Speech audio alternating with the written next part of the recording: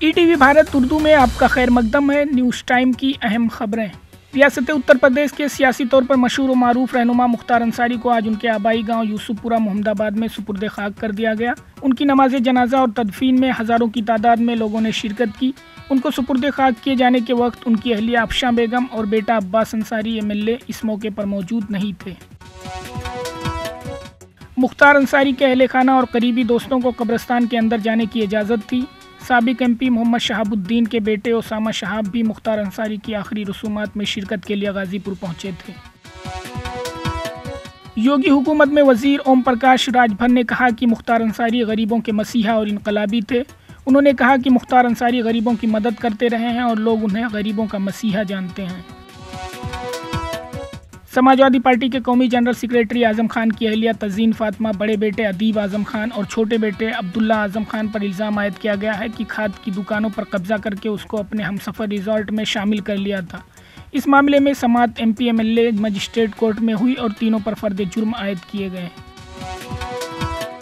जांच agency ED ने Delhi excise policy से मुंसलिक मनी लॉन्ड्रिंग मामले में पूछगछ के लिए दिल्ली के वजीर ट्रांसपोर्ट कैलाश गहलोत को समन जारी किया है।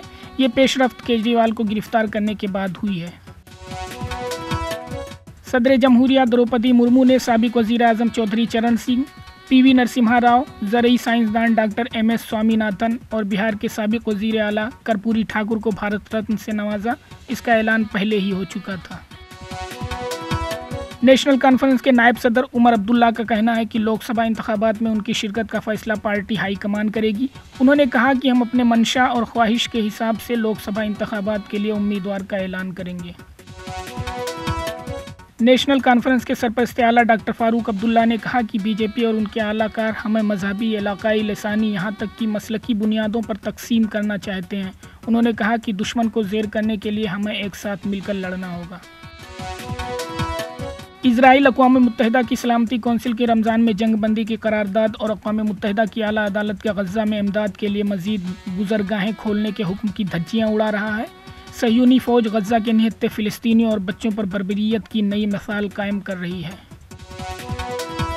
कई ममालिक ने इजराइल से मुतालबा किया है कि वो गज़ा में कहत से जूझ रहे लाखों फ़िलिस्तीनियों तक इमदाद की बिला ताअत्तुल तरसील की इजाज़त देने के लिए अक़वाम मुत्तहिदा की आला अदालत के हुक्म की तामील करे। इजराइल पर अक़वाम मुत्तहिदा की सलामती कौंसिल के गज़ा में रमज़ान में जंगबंदी की करारदाद की खिलाफ वर्जी जारी रखे हुए है। खबरों के ताज़ा अपडेट्स के लिए ETVBharat.com लॉगिन करें।